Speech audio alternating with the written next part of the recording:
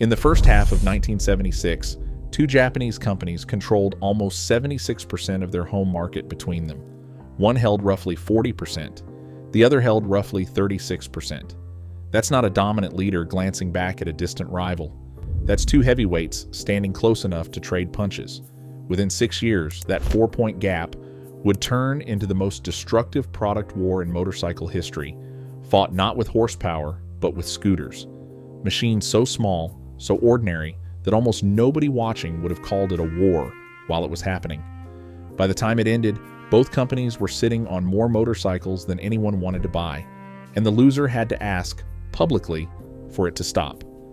This is the story of Honda versus Yamaha, the real HY war. Let's get into it. Here's the myth first, because you need to hear it to know why it's wrong. Say Honda-Yamaha war to most riders, and they picture superbikes, 4-cylinder monsters, showroom shootouts, maybe a magazine cover. That's not this story. This war was fought over machines that weighed less than a golden retriever. Picture a Japanese commuter in the mid-1970s who has never owned a motorcycle and never plans to. To that person, a motorcycle isn't transportation. It's a clutch lever you don't know how to use, a gearbox that will stall and embarrass you at a red light, oil on a work shirt you can't afford to ruin. That fear kept an enormous chunk of the population out of Honda and Yamaha's showrooms entirely. By the mid-1970s, Honda was Japan's undisputed motorcycle leader and had been for years. But Yamaha wasn't some scrappy also-ran nipping at the edges. It had built real scale through two-stroke engineering, racing success, exports, and a genuinely broad range. According to Honda's own retrospective corporate history, in the January to June period of 1976, Honda held approximately 40% of Japanese motorcycle shipments. Yamaha held approximately 36%, 40 versus 36. Sit with that. Honda's own corporate history is the source for that number, and yes, corporate histories tend to flatter the company that wrote them, but even a self-interested account admitting the gap was that narrow tells you something. Nobody exaggerates a rival's strength for fun, and there was a new fight brewing that had nothing to do with racetracks or top speed, a fight over the person who was scared of the clutch lever. Japan's market was expanding past traditional riders toward people who just wanted simple, clean, unintimidating transportation across town. Not speed, not style, just a way to get to work without learning a skill they'd never asked to learn. The winning move wasn't more power, it was less fear. Honda got there first. In 1976, under Honda president Kiyoshi Kawashima, the company launched a machine called the Road Pal, lightweight, mostly automatic, built for someone who had never thrown a leg over a motorcycle in their life. It looked more like a bicycle than a scooter, and that was almost the point. No clutch to learn, no gearbox to fear. Honda had just opened a door nobody else had found. For a moment, it looked like a clean win, a new market, created and owned by Honda. Then, in 1977, Yamaha answered, under a leadership pushing the company toward outright industry leadership, led by Hisao Koike. The answer was called the Passol, and on paper, it doesn't read like a declaration of war. 45 kilograms. A 49 cubic centimeters air-cooled two-stroke single. 2.3 PS at 5,500 revolutions per minute. 3.6 Newton meters of torque at 3,500 revolutions per minute. A 680 millimeter seat height, low enough that almost anyone could plant both feet flat on the ground. Price, 69,800 yen. Here's why that mattered. The Road Pal had a bicycle-like frame. The Passol went further. A low step-through scooter layout with the engine and drivetrain covered up, hidden from clothes, from oil, from the fear of getting dirty. Honda had made the motorcycle easier. Yamaha made it stop feeling like a motorcycle at all. The Passol outsold the Road Pal, and Yamaha didn't treat that as a lucky break. It treated it as a blueprint, the first move in a much bigger plan. Remember Kawashima's name. He is not finished in this story. Quick question before we go further, because I want to know this. It's 1977. You're a Japanese commuter standing between a Honda Road Pal and a Yamaha Passol. Which one are you walking out with? The one that got there first, or the one that felt less like a motorcycle? Drop your answer in the comments. I'll read through them, and I want to see if this channel splits Honda red or Yamaha blue on this one. Now back to the war, because this is the part where it stops being two companies competing and starts being two companies at war with themselves. This is where a two-model rivalry becomes an arms race. Yamaha didn't stop at one hit. In 1978 came the Passol at 89,800 yen, a bigger body and a two-speed automatic transmission, so it could now climb hills and carry a passenger or shopping without losing the simplicity that made it approachable in the first place. That's a hard balance to strike. More capability, zero added complexity for the rider. In 1979, the Carrot arrived at 67,000 yen alongside the pricier Malik at 93,000 yen, both riding on shaft drive, so there was no chain to oil, no chain to adjust, no grease on your work clothes. None of that engineering was new. Applying it to a customer-first commuter bike was. In 1980, the Townie joined the range at 89,800 yen. Why does that matter? Because Yamaha was not building scooters one at a time anymore. It was slicing the entire market into narrow customer segments, age, budget, lifestyle, and building a purpose-made machine for each slice. That's a strategy, not a product line. And behind Yamaha's push was something bigger than any single model, an explicit ambition tied directly to this leadership era to overtake Honda as the industry's number one. Every new scooter was not just a product launch, it was a move in that larger game. Honda's answer to segmentation was speed. According to Honda's own account, the company pushed out roughly 50 full or minor model changes every single year during the conflict. Not 50 entirely new motorcycles, but a constant churn of redesigns, updates, and refreshed trims that kept aging Yamaha's answers out from under it before they could settle in. And every one of those changes had a cost nobody puts on a spec sheet. New tooling, new parts sourcing, new dealer training. Two companies doing this simultaneously were running their entire industrial base at a pace neither had built for, a pace that was already, quietly, starting to strain the factories behind the showroom floor. This is also where Honda started reinforcing the other half of the business that does not show up in a spec sheet at all, the people actually selling these things. A model change means nothing sitting in a warehouse. It has to move through a dealer, onto a floor, into a customer's hands. Honda began leaning harder into its wing dealer network during this stretch. The retail side of the fight was quietly being built up in parallel with the product side. Keep that in mind. It's about to matter a lot more than it sounds like right now. How much strain was the industrial side actually under? That number is coming. Hold on to it. Honda's clearest counterpunch landed in September 1980. It was called the Tact. To be clear, the Tact didn't invent the scooter, the automatic transmission, or the step-through frame. What it did was combine accessibility, sharp lifestyle styling, and marketing built for a specific kind of buyer, then back all of it with an industrial scale Yamaha simply could not match.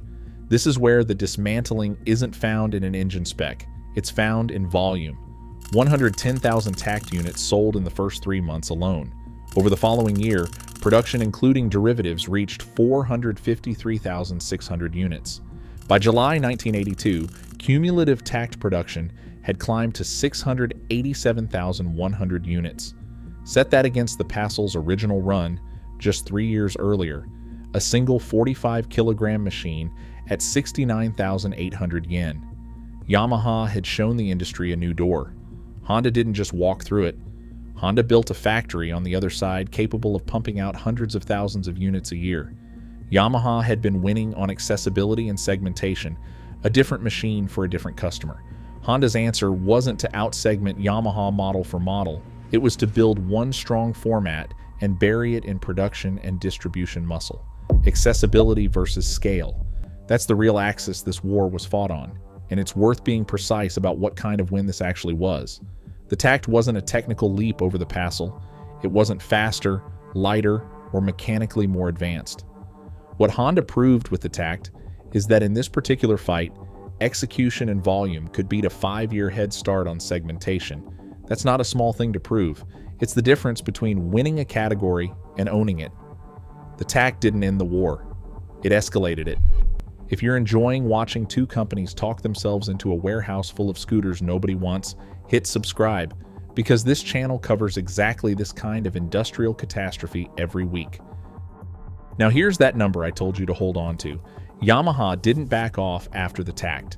It kept expanding, the Beluga at 146,000 yen, and Passetta at 92,000 yen in 1981, then the Popgal at 122,000 yen, and Salient at 138,000 yen in 1982.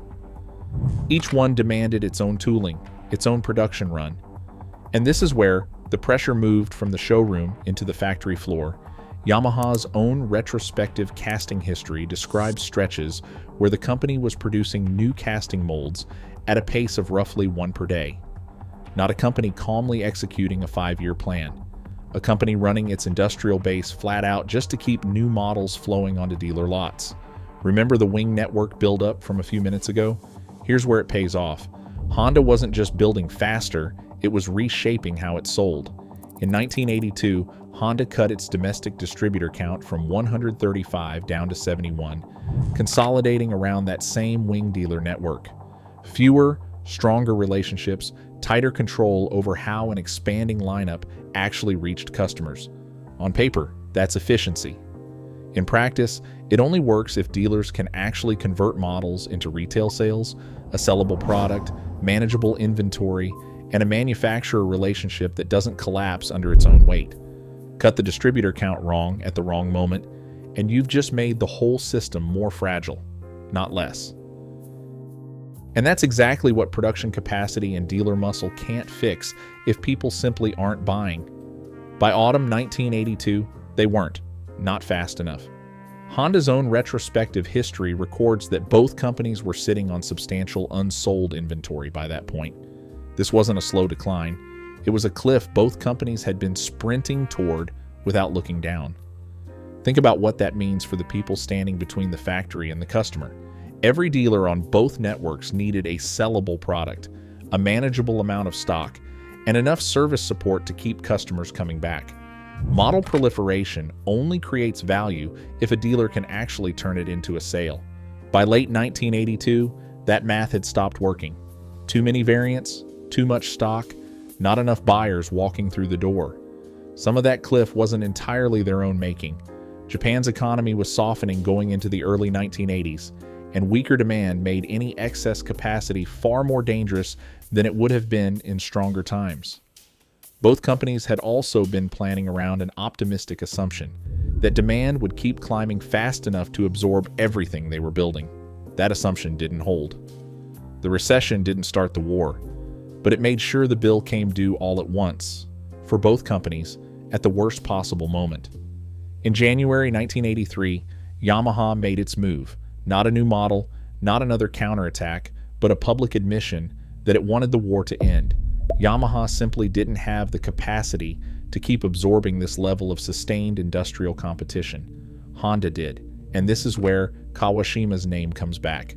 According to Honda's own history, the same president who greenlit the Road Pal 7 years earlier now ordered certain CB400 and CX500 related middleweight projects, motorcycles aimed specifically at cutting into Yamaha's share of the American market, temporarily suspended.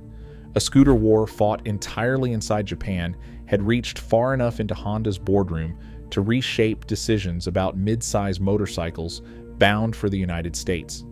The man who opened this war was still steering it when it finally closed. Honda kept its leadership position. That much is true. But the legacy of the HY war is not really about who won. It is about what the war normalized.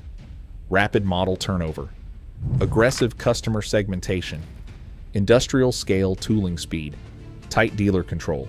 None of these ideas were invented during the HY war, but this is the conflict that forced the Japanese motorcycle industry to treat them as standard weapons instead of nice-to-have features.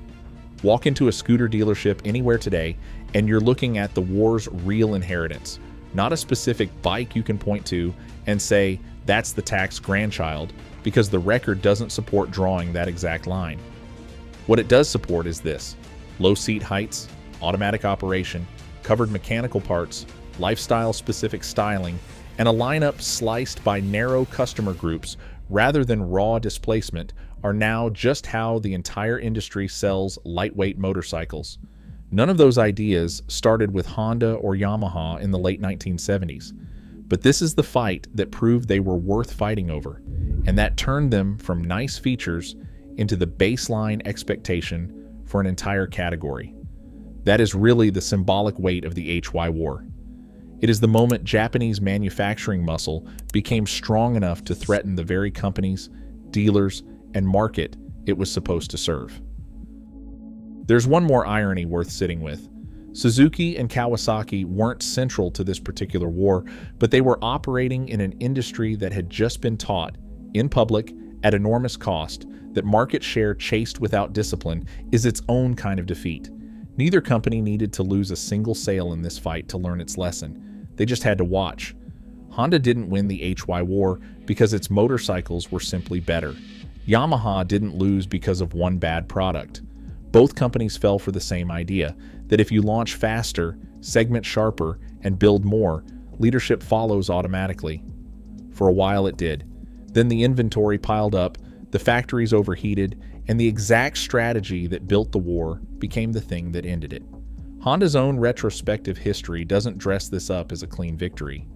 It states plainly that the industry gained little from the conflict, that somewhere in the race to outlaunch Yamaha, Honda lost sight of what actually mattered. Go back to that 4-point gap in 1976, 40 against 36. That's not where an inevitable rout begins. That's where two proud companies decided the gap was too close for comfort and spent 6 years finding out exactly what that discomfort would cost them both. The real lesson was never how Honda beat Yamaha. It's how two of the best manufacturers on earth let market share become more important than the customer standing in front of them. The subscribe button is right there. I'll see you in the next one.